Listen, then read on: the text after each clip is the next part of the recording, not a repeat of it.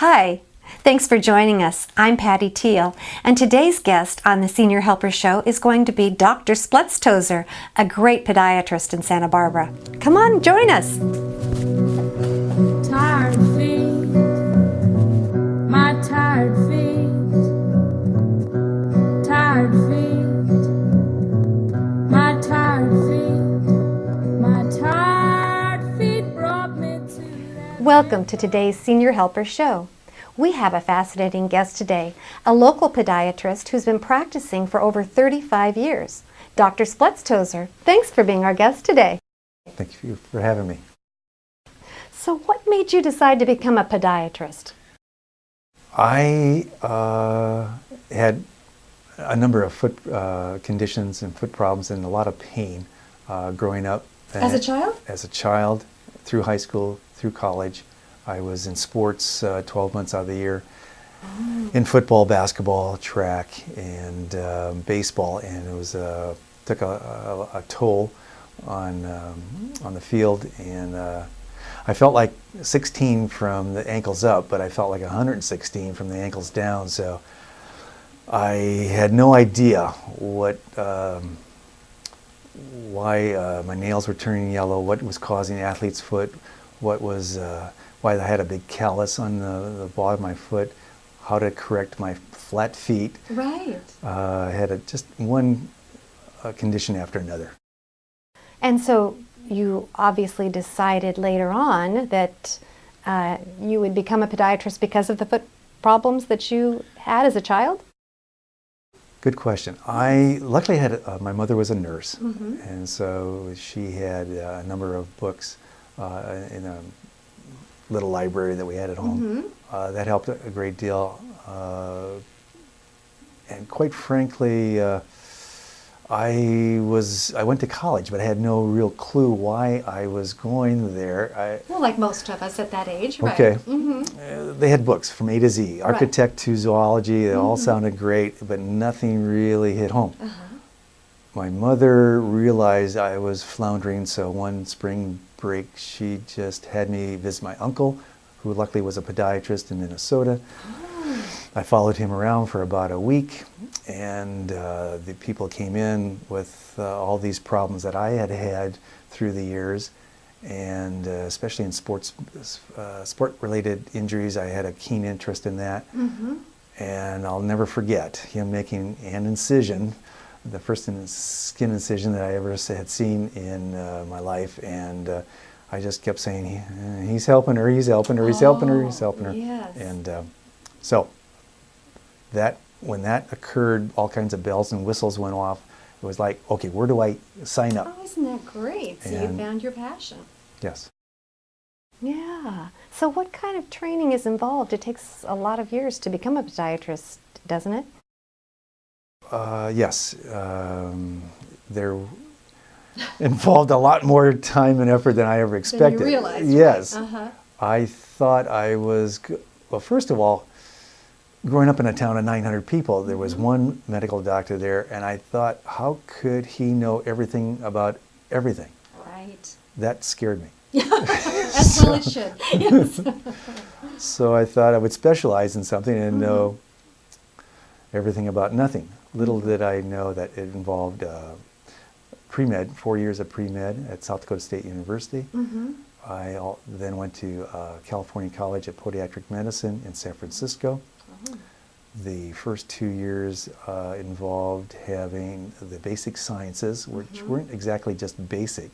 And were taught all by medical doctors, and we were very lucky to have doctors from the University of California, San Francisco, come down to our school and teach us, once again, the so-called basic sciences. In college, I tell my patients that I thought I was really hot stuff because I had, every Tuesday and Thursday, I had anatomy class.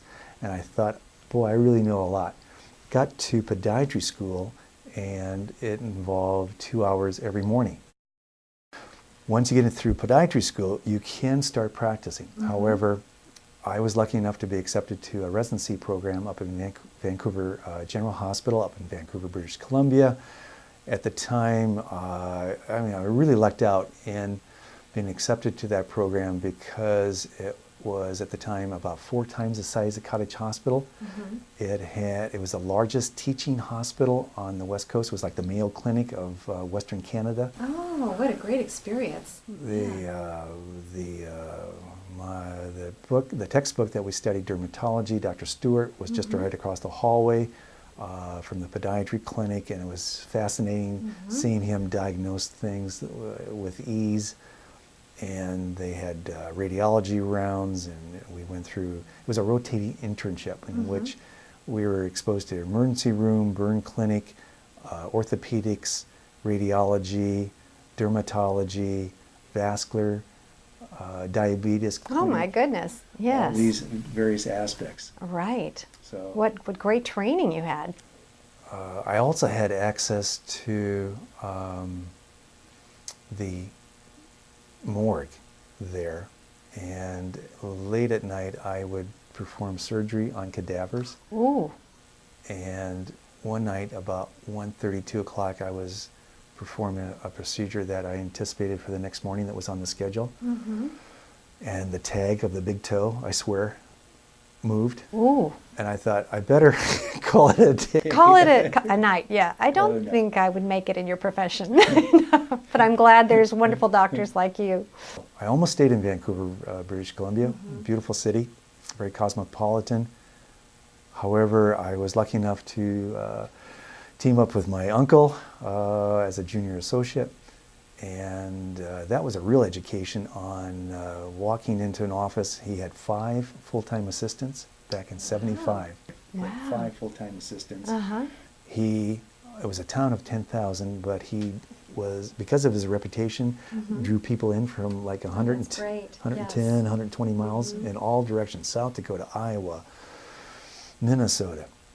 Well, I've seen you interact with your patients, and I wouldn't say you crack the whip, but you make them feel so very comfortable, and you have a beautiful office. It almost feels like you're going into a spa decorated with all the pictures of different feet and different shoes. It's a beautiful, beautiful place.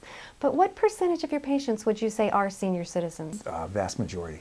The vast majority. And what are the major problems that you see with seniors? Ingrown toenails, very common. This time of year, the fungus. In August, a little bit of humidity here in Santa Barbara, 70%.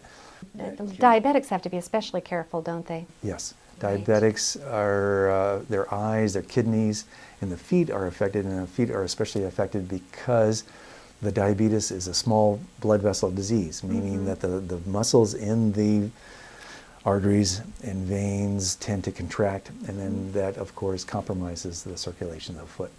Are shoes a huge problem? Have, especially women and wearing high heels for most of their life and pointed shoes, does that generally cause foot problems later on? I thought everybody learned their lesson back in the 50s, and I have women that said, yes, invariably the boss was a man, and he wanted us to have 5-inch high spikes and put a little arch in the back, you know, and did all the other fun things. But if, as we all know, there's a tremendous force, they're just wedged into the feet.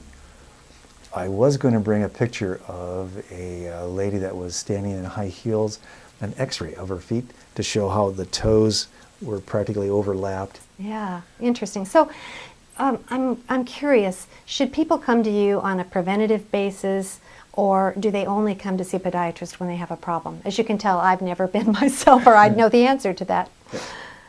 There are a lot of things that a person can do on a preventative basis, and with the access to the computers and with all the Google and Yahoo, there are a number of things a person, they can keep their nails nice and short.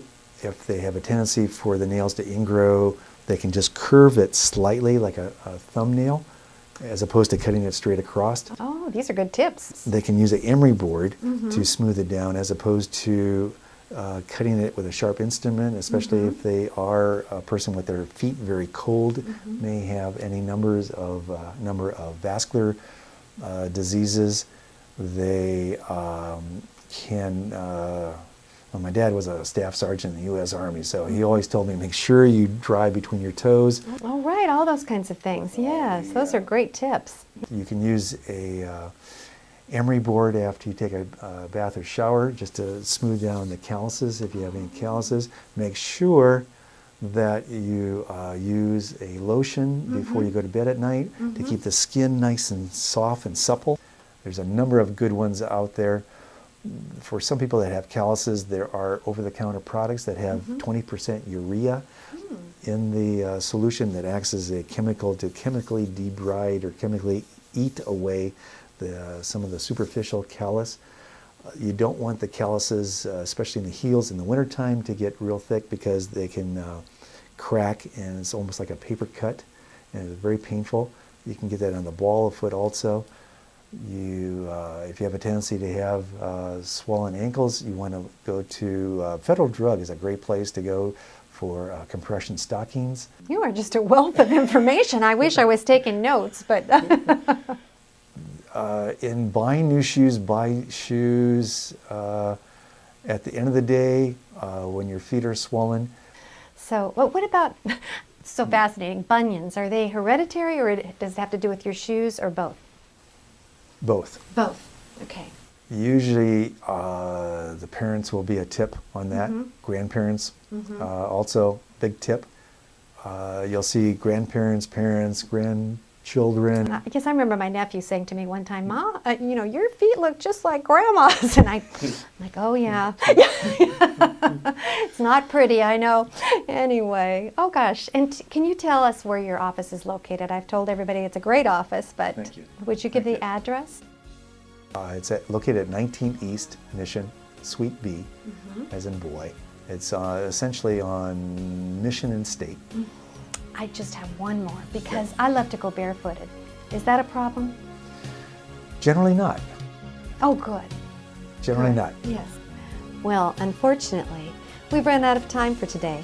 Dr. Splettstoesser has so much information to share that we're going to do a second episode at his office on Mission next week. Don't miss it. This show has been brought to you by Senior Helpers of Santa Barbara County, providing care and comfort at a moment's notice. If you'd like to contact Senior Helpers, you can go to their website, www.seniorhelpers.com, or phone them at 805-966-7100.